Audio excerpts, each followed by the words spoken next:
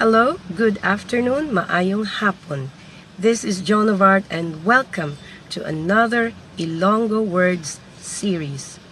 Today, I'd like to discuss 3 words that you need to know when you say yes, no, and maybe.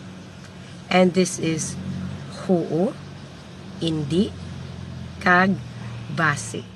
When you mean yes, you say oo.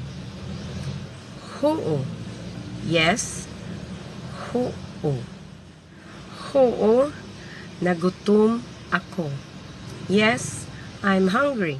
There are also many ways of saying oo in conversational Ilonggo, and sometimes people say ha, with a nod and a positive glance.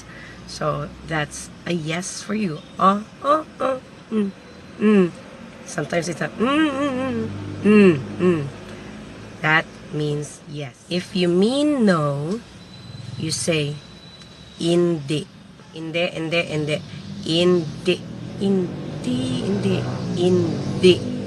It stops suddenly. Hindi. No, I'm still full. Hindi. Busog pa ko. Hindi could mean a refusal to an offer. Like, if you're offered food, you can say, hindi, busog pa ko. No, I'm still full. Hindi.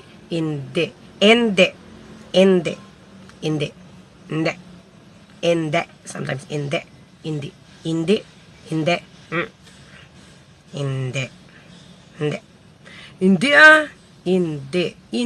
Gid. If you mean maybe, you say basi. Basi means maybe. Basi lang.